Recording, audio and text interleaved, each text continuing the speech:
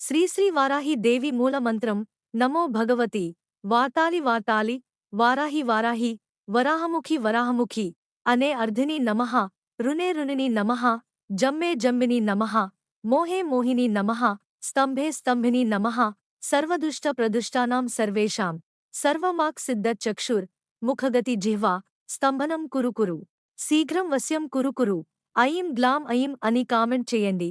హూం అస్త్రాయ ఫట్ స్వాహా.